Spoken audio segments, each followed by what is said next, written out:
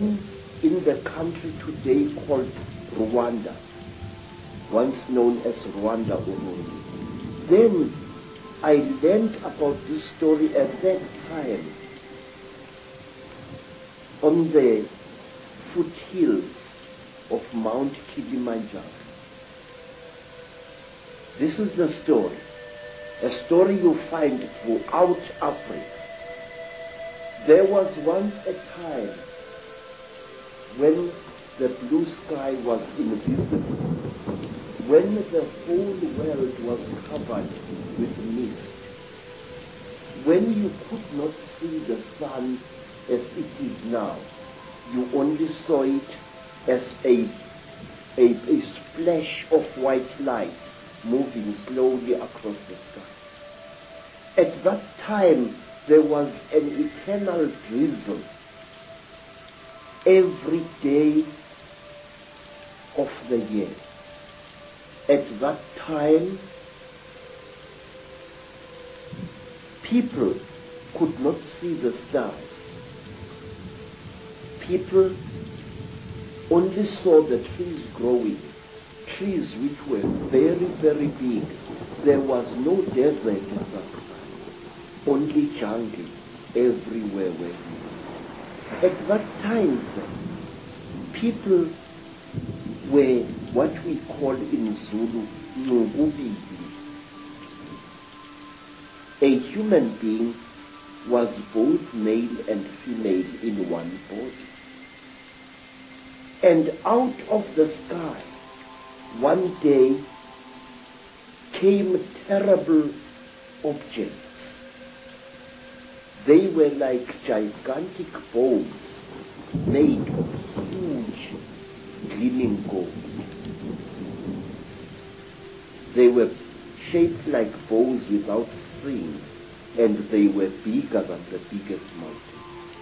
They came out of the sky bringing great noise, black smoke, and fire with them. And out of those huge objects came them. At that time, human beings could not speak. We had no gift of language at that time. And people had, however, great mental power. A man would go into the bush and using the power of his mind actually call out an animal which he wanted to hunt and kill for his children. And the animal would appear and kneel down before the man, and the man would kill the animal and take it home. But when the Chitawuli arrived in Africa,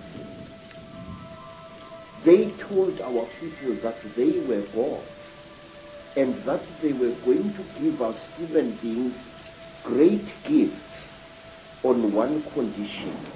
We had to worship them and accept them as our creator. Some told our people that they were our elder brothers and that this earth had produced them generations ago. And they said they had come back to the green womb of their mother and that they were going to make us into gods. What they did, they created a very strange pair of caves in the land. They dug 2 caves. In one cave was a green light, in another cave was a red light. And they drove human beings into these caves. And each human being had to choose which cave the human being wanted to go into. And those who went into the green cave came out as women. And those who went into the red cave came out as men. And then the talkers, the Chitawuri, told our people that now they were perfect. But The moment the first men saw the first women, a terrible row erupted. The women hated the men because they looked between their legs and they saw what they thought were snakes dangling between the legs of the men. And the men hated the women because they looked on their chests and they saw these big things. What they were, they did not know.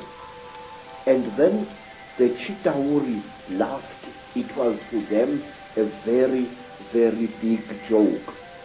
And then the Chitauri said, if you servants, you wretched little human beings, we are going to make you into gods. And the human beings agreed to serve the Chitauri. And the Chitauri gave human beings a second gift, the gift of language. People started talking with their tongues where they had talked with their minds before. And there was a big rubbish starting again, because this man did not know the language of that man. And when this man greeted that man, this man thought that he was being insulted, and so a lot of murder and culpable homicide started taking place all over the land. When our people were given language, they found to their horror that they had lost much of their mental power. They had paid a terrible price. But the Chitauri were now the masters of human beings. They made the human beings to go into holes in the ground and to mine metal, gold, copper, tin, all kinds of metal the Chitauri forced our people to mine. And the people were very unhappy because they couldn't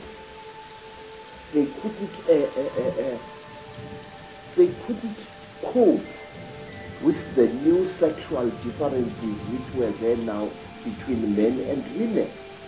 And then from amongst the Chitauri came a very good female Chitauri.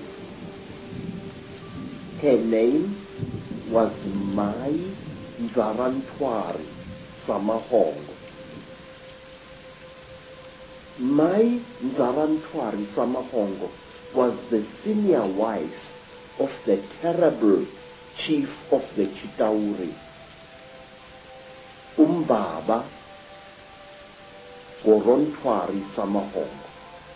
She was sorry for human beings, this great reptile lady. She said to the poor people, "Ow, you are unhappy." And the people said, "Yes, great one. We go into the holes every day, we dig the stones and we bring it to the gods, but we are not happy." And Mai Nzarantwari scratched her scaly chin and began to think and to think. She was terribly ugly.